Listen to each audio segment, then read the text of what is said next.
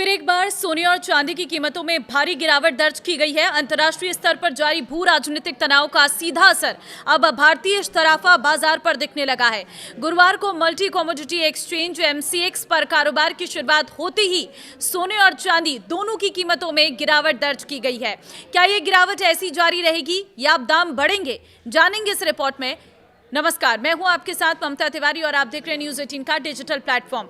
अंतर्राष्ट्रीय कमोडिटी बाजार में 10 अप्रैल दिन शुक्रवार यानी कि सप्ताह के अंतिम कारोबारी दिन सोने और चांदी की कीमतों में गिरावट दिख रही है। आज कच्चे तेल की कीमतों में भी मामूली उतार चढ़ाव का सामना देखने को मिला है।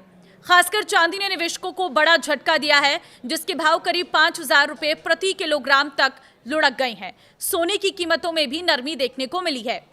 लेकिन सबसे बड़ा सवाल ये कि जैसा कि बाजार के कई जानकार भविष्यवाणी कर चुके हैं कि सोने चांदी की कीमतों में बड़ी तेजी आने वाली है, तो ये बड़ी तेजी आखिर कब तक आएगी।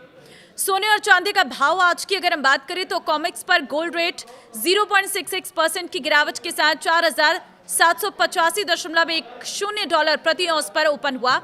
10 अप्रैल को कॉमेक्स पर सिल्वर रेट 0.91% को गिरावट के बाद 75.740 डॉलर प्रति औंस पर ओपन हुआ।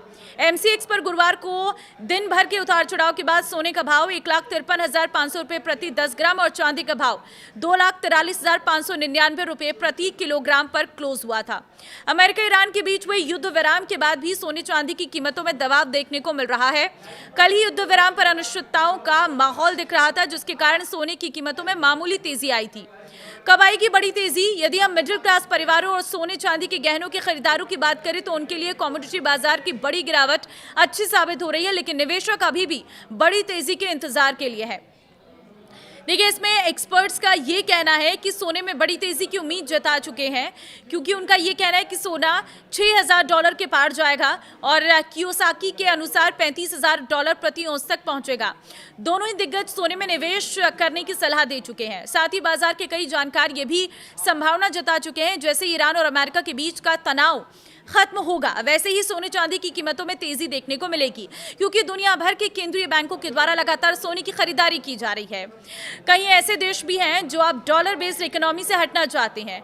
हालांकि जब से मिडिल ईस्ट में युद्ध की शुरुआत हुई है, तब से कच्चे तेल की कीमतों में लगभग 50% की तेजी और सोने चांदी की कीमतों में लगातार गिरावट देखी गई है। गिरावट के पीछे का कारण समझ लीजिए। इस भारी उतार चढ़ाव के पीछे कई वैश्विक कारण एक साथ काम कर रहे हैं। सबसे बड़ी वजह अमेरिकी फेडरल रिजर्व की 17-18 मार्च की बैठक के जारी हुए मिनट्स ब्यूरो का है, और इनसे ये स्पष्ट हुआ है कि महंगाई दर को वापस 2% के लक्ष्य तक लाने के लिए नई नीति निर्माता ब्याज दरों में और बढ़ोतरी के पक्ष में है। इसके अलावा मध्य पूर्व में चल रहा सैन्य तनाव बाजार की भावनाओं को बुरी तरह प्रभावित कर रहा। अमेरिका ईरान युद्ध विराम को लेकर अनिश्चितता बनी हुई है। लेबनान में हिजबुल्लाह के खिलाफ इजराइल की आक्रामक कार्रवाई और ईरान द्वारा क्षेत्रीय ऊर्जा बुनियादी ढांचे को निशाना बनाए जाने से स्थिति नाजुक है। स्ट्रेट ऑफ हॉर्मुज के रास्ते तेल टैंकरों की आवाजाही रुकने की खबरों ने भी निवेशकों की चिंता बढ़ाई है। हालांकि अमेरिकी उपराष्ट्रपति जेडी वेंस इस्लामाबाद में कूटनीतिक प्रयासों का नेतृत्व कर रहे हैं, जिससे इस अहम समुद्री मार्ग के दोबारा खुलने और तनाव कम होने की उम्मीद जगी है। इस बीच डॉलर की मजबूती और बढ़ते बॉन्ड यील्ड ने भी सुरक्षित निवेश माने जाने वाले सोने पर भारी दबाव बनाया है। निवेशकों के लिए यह सलाह है, इस उथल पुथल के बीच आम खरीदारों और निवेशकों को काफी सतर्क रहने की जरूरत है।